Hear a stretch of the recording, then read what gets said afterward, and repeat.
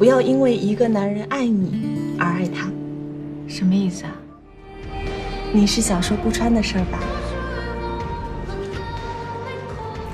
你没有必要戒备我，我不是你的敌人。是孙万林告诉你的吗？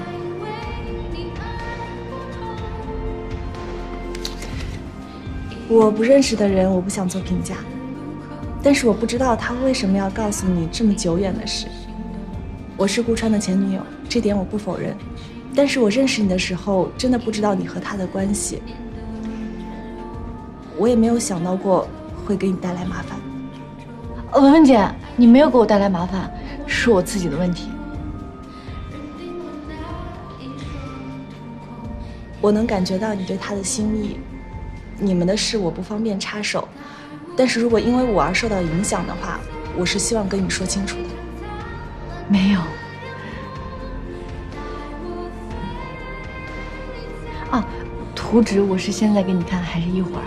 一会儿直接去现场吧，边看你边跟我说，这样也比较好理解。我想象力不太好，可能这也是为什么只能做摄影，做不了设计的原因吧。也好。你好，你们的菜。谢谢。边吃边聊吧，看看这儿的菜合不合你口味。好。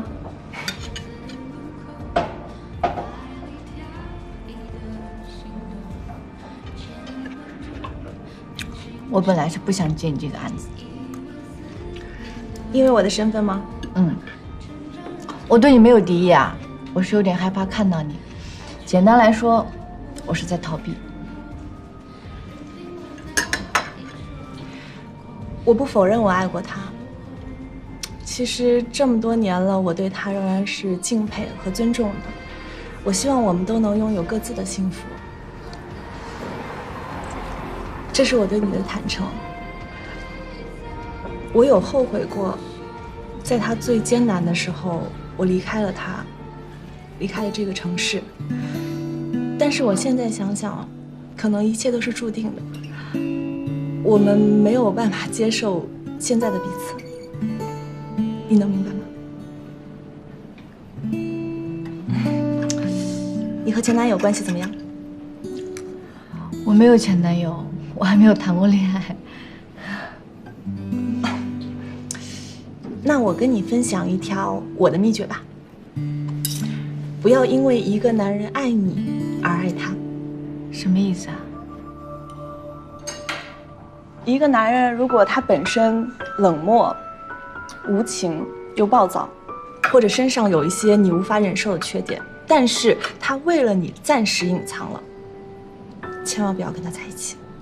如果另一个男人你觉得即使不在一起，或者说谈恋爱后来分开了，你也依然是敬佩他、尊重他，你不后悔爱过这个人，这样的恋爱一定要去谈。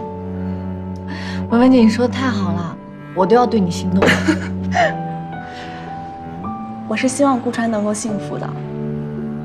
我在20多岁的时候没有守护住自己的爱情，我花了一段时间走出这件事，但是我并不遗憾。我希望你不要再错过了，追求自己想追求的，你已经很好了，没有人拦得住你。